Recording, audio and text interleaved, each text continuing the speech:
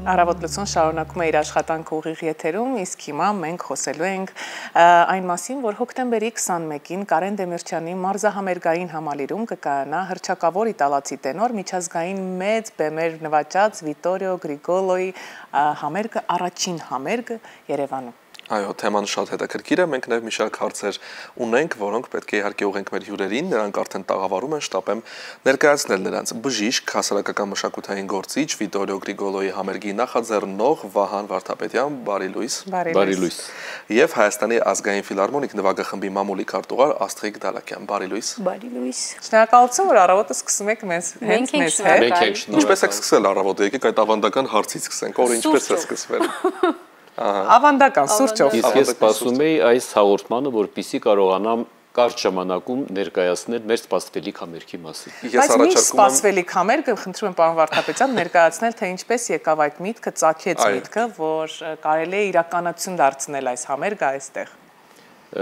Նախ ես կուզենայի ավելացնել, որ միաժամանակ ֆիլհարմոնիկ օրկեստրի մեծ բարեկամն ու երկրպագուն եմ եւ շատ բարձր եմ գնահատում մեր նվագախմբի արժեքը ու համարում եմ ոչ միայն մշակութային արժեք, այլ ֆիլհարմոնիկ նվագախումբը, որի փառապանծ 100-ամյակ այս տարի նշվում է, եւ իմիջայլոց նաեւ այս համերգը անց է կացվում 100-ամյա տոնակատարությունների շրջանակում եւ ես ուզում եմ դա համարել մի կուլմինացիոն կետ, որտեղ իրոք հրավիրյալ արտիստը հրաշալի ամենաերևելի արտիստներից մեկն է եւ մեր ունկնդիրը դրանում կհամոզվի։ Իսկ ինչպես եղավ այս մտահղացումը։ Ես իմ կարճ արձակուրդները միշտ սիրում եմ եվրոպական տարբեր երկրներում, տարբեր արտիստների կատարումներ, տարբեր նվագախմբեր, համերգներ եւ շատ հարուստ էր իմ եւ աշնանային եւ ամառային նախորդ այդ համերգաշրջաններին իմ ակտիվ մասնակցությունը եւ բազմաթիվ մենակատարների հետ ես ծանոթացա, չեմ ուզում անունները թվել, ուզում եմ միայն այս հանգամանքի վրա ծանրանալ, ուրեմն տեսա եւ Հռոմում եւ Բերլինի Շտատս օպերային թատրոնում, երբ բեմահարթակ դուրս եկավ Վիտորիո Գրիգոլոն, իտալացի հանդիսատեսների կողմից սպասելի էր այդպիսի բուռն արձագանքներ, բացականչություններ, բայց երբ որ գերմանացի խստապահանջ եւ զուսպ հանդիսատեսը այս արտիստի մուտքով սկսեցին բացականչություններ, ծափարություններ եւ ճիշտն ասած, քանի անգամ եւ դիրիժորը եւ նվագախումբը ստիպված էին դադարեցնել եւ սպասել ծափողջությունների եւ բացականչությունների դադարին եւ այնքան տպավորիչ էր իր կատարումները թե զգացմունքային տեմբրալ ձայնային որակները եւ հատկապես իր արտիստական խաղը ու ոչ միայն ես տեսա ամբողջ համերգասրահը գերված վիճակում ու այդ մտահղացումը իմ մեջ ծնվեց, վերադարձա, ես սկսեցի ուսումնասիրել իր կենսագրությունը, շատ հետաքրքիր փաստերի ականատես եղա, տեսնում եմ 13 տարեկանում Վիտորիո Գրիգոլոն Հռոմի օպերային թատրոնում Լուչիանո Պավարոցիի հետ բեմահարթակում հովիվի դերում, 22 տարեկանում նա հրավիրվում է փաստորեն Ռիկարդո Մուծիի կողմից Լասկալայի եւ ամենաերիտասարդ կրտսեր մեներքիչն է դառնում եւ հետո նաեւ տեսա, որ մեր շատ հայտնի համաշխարհային աստղեր, Սթինգը, Բրայան Մեյ եւ շատ-շատերը այնքան են տարվել նրա կատարումներով, որ միասնական համերգներ, ամբողջ այդ ռեպերտուարը ուսումնասիրեցինք եւ փաստորեն անընդհատ սկսեցի ես իմ շատ սիրելի ընկերոջ Էդուարդ Թոփչյանին խնդրել, ասել եւ ինքն է շատ հավանեց, ոգևորվեց, բայց ոչինչ չասեց։ Եվ մի քանի ամիս անց մայստրոն ինձ ասեց մի անակնկալ կա, պիտի ուրախացնեմ։ Ես այսպես անհամբեր սպասում էի, բայց երբեք չէի մտածում, որ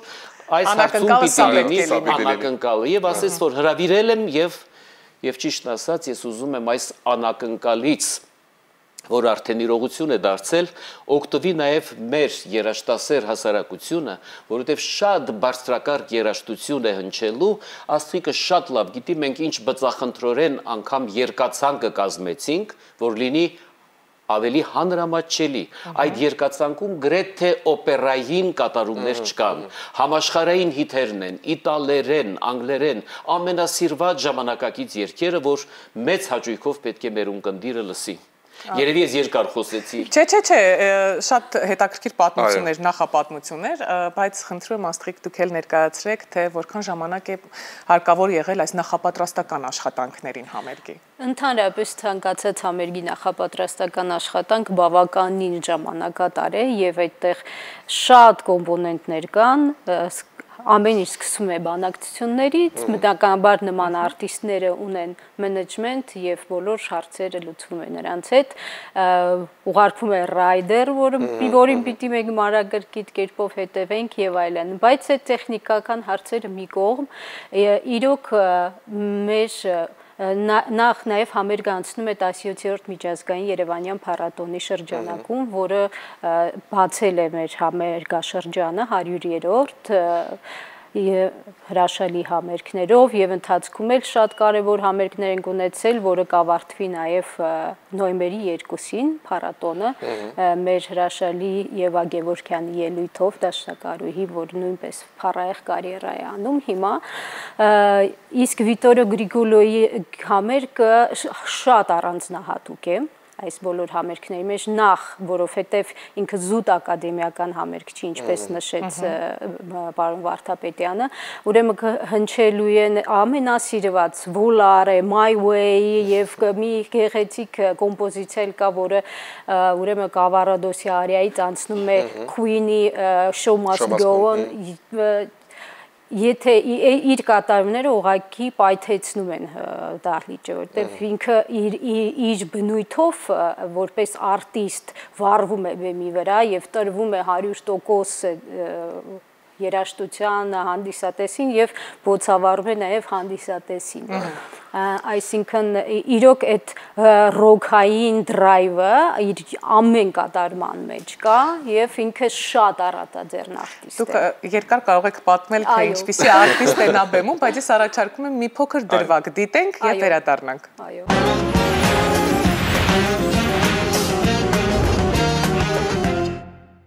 Դե արդեն իսկ պատկերացում կազմեցինք, չէ՞։ Այո, ես իդեպ հենց այդ մասին եմ ուզում ասել, որ երեք երբ ուսումնասիրում էի նաև թեման, հասկացա, որ մի շարք նաև փառատոներում է հանդես եկել իտալական Սանրեմո փառատոնը, որ ամենահայտնի փառատոնն է, շատ սպասված կարծես թե եւ սիրված հյուրերն այնտեղ, բայց այ հետաքրքիր է իմանալ, թե ինչպիսին էր նրա առհասարակ արձագանքը, նշեցիք, որ բանակցությունների շատ երկար տևական փուլ է եղել, ինչպես է նա արձագանքել, չէ՞ որ սա նրա առաջին համերգն է Հայաստանում, գուցեև առաջին այցը առհասարակ Հայաստան։ Ընդհանրապես շնորհիվ նաև առաջի հերթին իհարկե նվագախմբի բարձր որակը կապ ունի, որովհետև նման կարգի թոփ արտիստները նախ տեսնում են, թե ում հետ պիտի ելույթ ունենան։ Եվ Հայաստանի հետ կապված իհարկե օպերային հատկապես վտանգավորում մենք ունենք ֆանտաստիկ երգիչներ, որոնք նաև Վիտորիո Գրիգոլոյի գործընկերներն են եղել, ինչպես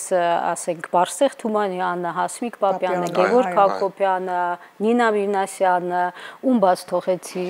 Ջուլիանա Գրիգորյանը, որ մի հրաշալի մեր Լիանա Հարությունյանը, Լիանայի հետ այնպիսի կադրեր կա հրաշալի, որ ես ուղղակի հիասմունքով նայեցի եւ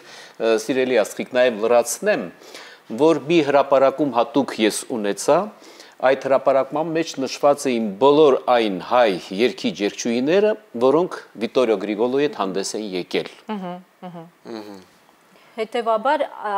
արդեն ինքը հերակա պատկերացում ունի Հայաստանի մասին, անձամբ կարող է էլի շփումներ ունեցել հայերի հետ, բայց գործնական աշխատանքային մենք արդեն գիտենք, թե ինչպիսի բարձր կարգի արտիստների հետ է աշխատել եւ վստահաբար արդեն իսկ որոշակի գաղափար ուներ այս երկրի մասին, հետեւաբար այդ ճանապարհը մի փոքր ավելի հեշտ եւ հարթ անցավ։ Ճիշտ ասած, ինձ մի լուրել է հասել, որ ինքը շատ հայ աղջիկներին հավանում է, այդ լուրը ինձ ասել է, շատ է սիրում, շատ է հավանում եւ անգամ մտադիր է համերգի ավարտին ինչ որ անակնկալ մատուցել, բայց իհարկե դեռ տեղյակ չեմ։ Ես մտածում եմ, որ երևի հայկական մի գործի կատարում կամ հայ հեղինակի կամ չեմ կարող ասել, բայց որ անակնկալ պիտի լինի, դա հաստատ։ Այո։ Իսկ ինչպիսին է հանրային արձագանքը, տոմսերի վաճառքը։ Գիտեք, ես պիտի ասեմ, որ են ավելի մատչելի գների տոմսերը բավականին արագ սպառվեցին, բայց ավելի թանկ արժեցող տոմսերը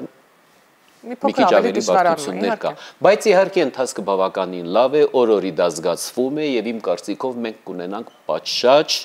լեցուն համերգասրահ եւ գիտեք ինչ, նաեւ մեր նպատակն է, որ Հայաստանի բարձրարժեք արվեստը գնահատող հասարակության միջոցով միշտ ապահովեն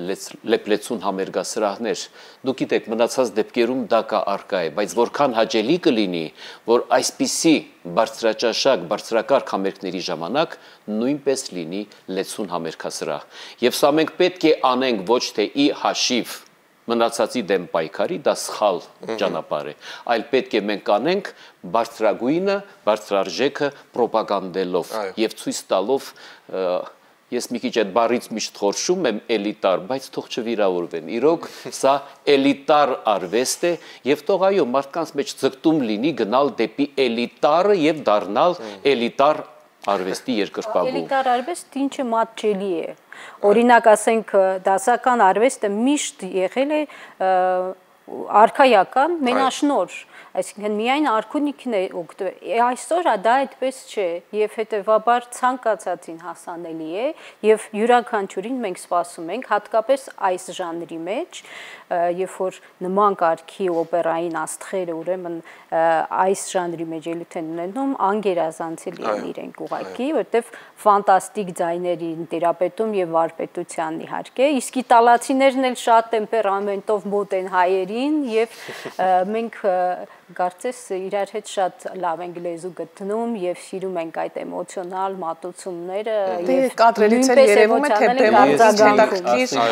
բեմականությունն է եւ եթե կարելի է ես օրինակ որ իրեն անվանենք միայն օպերային մի փոքր սահմանափակում ենք շատ ավելի լայն մասշտաբների ինքը կատարող է եւ նաեւ առիթից օգտվելով քանի որ Աստղիկը ներկայացնում է հենց մեր Հայաստանի ֆիլհարմոնիկ նվագախումբը երևի իր կողմից դա համեստություն է անում, բայց ես պիտի մի բան ավելացնեմ։ Ինձ բախտ է վիճակվել եվրոպական տարբեր երկրներում տեսնել ամենաբարձրակարգ նվագախմբերը, ամենաանվանի դիրիժորների գլխավորությամբ։ Եվ գիտեք որքան մեծ է լինում իմ հպարտությունը, իմ բերկրանքը, երբ ես համեմատում եմ ու տեսնում եմ, որ մեր ֆիլհարմոնիկ նվագախումբը շատ դեպքերում ոչ միայն չի զիջում, այլև էականորեն գերազանցում է։ Եվ ես այդ հպարտությունը ունենում եմ իմ մեջ, նամանավանդ կան գործեր, երբ որ ես տեսնում եմ մայեստրո Թոփչյանը, դա ավելի բարձրակարգ է հնչեցնում, քան շատ ավելի տարածված անուններ, ես միշտ գալիս դա ասում եմ մայեստրո, քո ղեկավարած այս գործը շատ ավելի լավ հնչեց, եւ նա գիտի, ես ամեն դեպքում դա չեմ ասի, ես չէ որ շատ մի դպրոց եմ անցել խստագույն, Օհան Դուրյանի դպրոցն եմ անցել, ես Դուրյանի երկրպագուն եմ եղել, եւ ես սովոր եմ միշտ իրերը անվանել իրենց անունով, երբեք չեմ կարող մի բանը կիսատ պրատ հավանելով ես շռայլեմ խոսքեր, ուրեմն դա ինչքան է ինձ գրավում, ինչքան է ինձ դուր գալիս, որ ես իմ խոսքը պիտի հնչեցնեմ։ Ինչքան է բոլորին դուր գալիս, որովհետեւ դահլիճները տարեվերջին տարիներին ցույց են տալիս, որ լեփլեցուն են իրականում։ Այո։ Եվ պատահական չէ, որ այս տարի եւս 100-ամյակն է նշում ի վերջո 100-րդ համերգաշրջանը, շնորհավորում ենք իհարկե առիթից օգտվելով։ Սոլիդ, այո, տարիք նվագախմբի համար։ Այո, վստահաբար ես կարծում եմ դեռ առիթ կունենանք նաեւ այդ թեմայով մեր տաղավարում հանդիպելու, ամփոփելու, գուցե նաեւ տարին հասկանալու համար թե ինչ աշխատանքներ են արվել, իսկ մենք մեզ թերևս մնում է միայն շնորհակալություն հայտնել ձեզ կատարած շատ կարևոր եւ մեծ աշխատանքի համար եւ վստահ ենք, որ այո, դահլիճը լեփլեցուն է լինելու, մեր հեռուստադիտողներին էլ հորդորենք, որպեսզի քանի դեռ ժամանակ կա, առիթը բաց չթողնեն, ձեռք բերեն տոմսեր եւ լինեն այս ամենի մասնակից։ Շնորհակալություն եւս մեկ անգամ, իսկ մենք շարժվենք առանց հեռուստադիտողներ։